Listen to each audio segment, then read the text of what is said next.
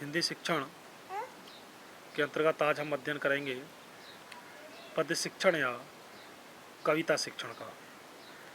सबसे पहले हम जानते हैं कि कविता क्या है। हिंदी में काव्य, पद्य और कविता के पर्यायवाची शब्दों के रूप में प्रयोग किए जाते हैं, पर इनमें थोड़ा भेद होता है। काव्य शब्द संस्कृत भाषा का अपना शब्द है और इसमें शब्द का प्रयोग साहित्य के लिए होता है। संस्कृत में साहित्य के दो भेद होते हैं, पद्य शिक्षण और गद्य शिक्षण।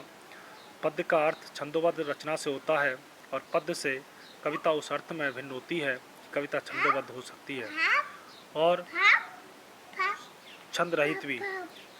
एक अन्य काव्य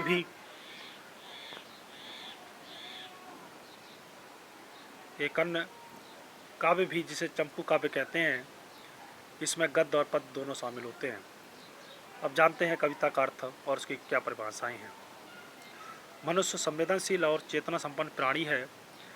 इसका मन प्रकृति में प्रतिफल होने वाले सौम्य, मनोरम और विकराल परिवर्तनों से भी भाव ग्रहण करता है। आसपास होने वाले सुख दुख, आशा निराशा, प्रेम घृणा, दया क्रोध से चलामान रहता है। मनुष्य की इसी प्रवृत्ति की प्रेरणा से ज्ञान और आनंद के उस भंडार का सृजन, संचय और संवर्धन होता रहता है जिसे साहित्य कहते हैं। उसी साहित्य का एक अंग है कविता। सुख दुख की भावावेशमयी अवस्था का स्वर साधना के उपयुक्त प्रथम प्रकाशन ही कविता है।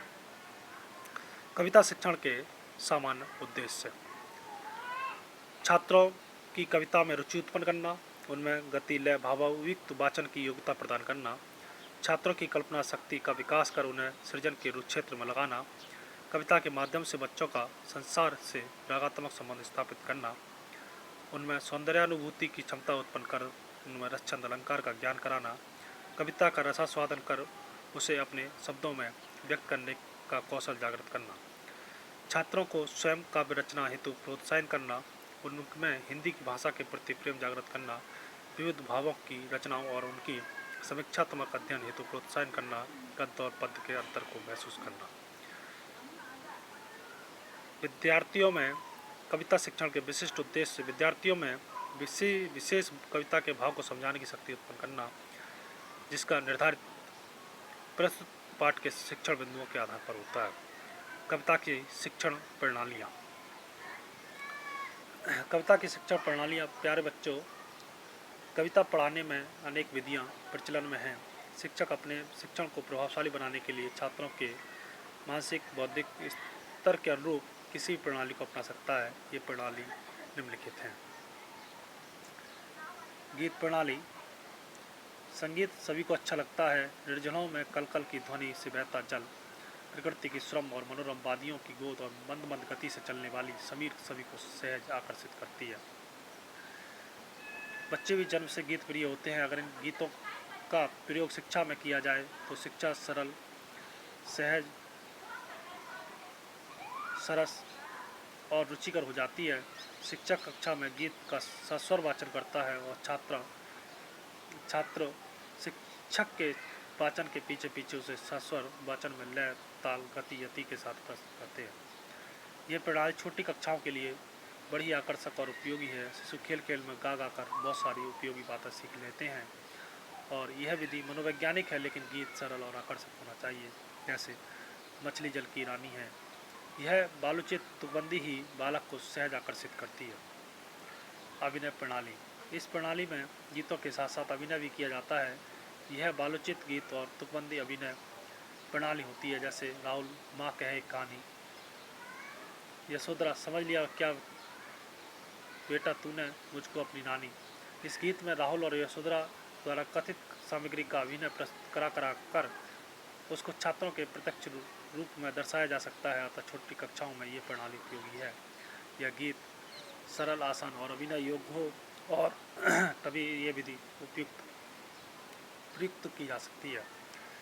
इसी प्रकार से अर्थ कथन प्रणाली। आजकल विद्यालयों में इस प्रणाली का अधिक प्रचलन है। इसी प्रणाली के सहारे शिक्षक कविता का स्वयं वाचन करते हुए स्वयं उनका अर्थ बताते हुए चलता है। इस प्रणाली में छात्र केवल श्रोता है। यह प्रणाली अर्थ तो समझा देती है, लेकिन भावानुभूति और रसानुभूति नहीं करवा पाती। जो कि कविता शिक्षण का मुख्य उद्देश्य आता है। ये प्रणाली मनोवैज्ञानिक नहीं है। व्याख्या प्रणाली। इस प्रणाली में अध्यापक स्वयं और छात्रों से कविता का सस्वर वाचन करवा लेता है, परंतु शब्दार्थ बताते हुए प्रासंगिक कथाओं की चर्चा करते हुए छंद अलंकार आदि की चर्चा करता है। इस प्रणाली के माध्यम से शिक्षक छात्रों व कवि के बीच रागात्मक संबंध स्थापित करने की कोशिश करता है। यह प्रणाली उच्च प्राथमिक माध्यमिक कक्षाओं के लिए उपयोगी है, छोटी कक्षाओं के लिए उपयोगी नहीं है। इस प्रणाली में छात्र निष्क्रिय रहते हैं, शिक्षक ही सक्रिय रहता था। इस प्रणाली मनोवैज्ञानिक की तुलना पर खरी नहीं उतरती। इसी प्रकार से और भी अन्य विधियाँ हैं, जैसे व्यास प्रणाली, तुलना प्रणाली, खंडान्वय प्रणाली, समीक्षा प्रणाली, रसास्वादन प्रणाली। इस प्रणाली में शिक्षक का उद्देश्य छात्रों को कविता का अर्थ बतलाना नहीं होता, वरन वह छात्रों को कविता का आनंद लेने की क्षमता प्रदान करता है। शिक्षक कवि के परिचय, विशेष प्रसंग, प्रेरक स्थल, अति आवश्यक व्याख्या आदि की तरफ से छात्रों का ध्यान आकर्षित करते हुए छात्रों को रसानुभूति में प्रबल प्रेरणा देता है।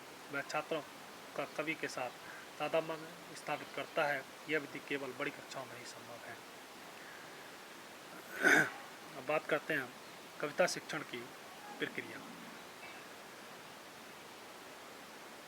सबसे पहले आता है प्रस्तावना। समान भाव वाले किसी कवि की पंक्ति, चित्र, 4-5 सरल प्रश्न और रोचक प्रसंगों के द्वारा कविता शिक्षण की प्रस्तावना तैयार की जाती है। उद्देश्य कथन। पूर्व ज्ञान को नवीन ज्ञान से जोड़ने के लिए शिक्षक उद्देश्य कथन के माध्यम से विषय वस्तु का स्पष्टीकरण करता है। इसी प्रकार प्रस्तुतिकरण। आदर्श पाठ शिक्षक को कक्षा के स्तरानुकूल हाव भाव, लय और आवश्यकता अनुसार अंग संचालन से कविता का पाठ करना उपयुक्त करता है। अनुकरण वाचन। अपने द्वारा पढ़ाए गए पाठ को शिक्षकों छात्रों से एकल या समूह के रूप में अनुकरण कर वाचन करवाते हैं। उच्चारण के दौरान किए गए अशुद्ध शब्दों को स्यापट पर लिखकर उसे शुद्ध रूप से उच्चारित करवाते हैं। आत्मीकरण। कठिन शब्दों के स्पष्टीकरण और भाव ग्रहण हेतु विस्तृत व्याख्या की जाती है। पुनः सस्वर वाचन। एक बार भाव ग्रहण करने के बाद कविता पाठ विद्यार्थियों के लिए और भी आनंदपूर्ण हो जाता है, अतः शिक्षक द्वारा समझाए जाने पर एक बार से फिर से कविता का स्व वाचन करवाया जाता है। केंद्रीय भाव प्रश्न। छोटे छोटे प्रश्नों के माध्यम से कविता के केंद्रीय भाव को निकलवाया जाता है। सौंदर्य अनुभूति और तुलनात्मक प्रश्न। यह सोपान छोटी कक्षाओं के लिए उपयुक्त नहीं है, क्योंकि इसमें कविता के भाव सौंदर्य को अनुभूत कर अन्य कविताओं के भाव सौंदर्य से उसकी तुलना करनी होती है। अंतिम और लास्ट है रचनात्मक कार्य या गृह कार्य। गृह कार्य देते समय शिक्षक को ध्यान रखना चाहिए कि छोटी कक्षाओं में लिखित की अपेक्षा मौखिक गृह कार्य ज़्यादा उपयुक्त होगा। तो ये था आज कविता शिक्षण। धन्यवाद।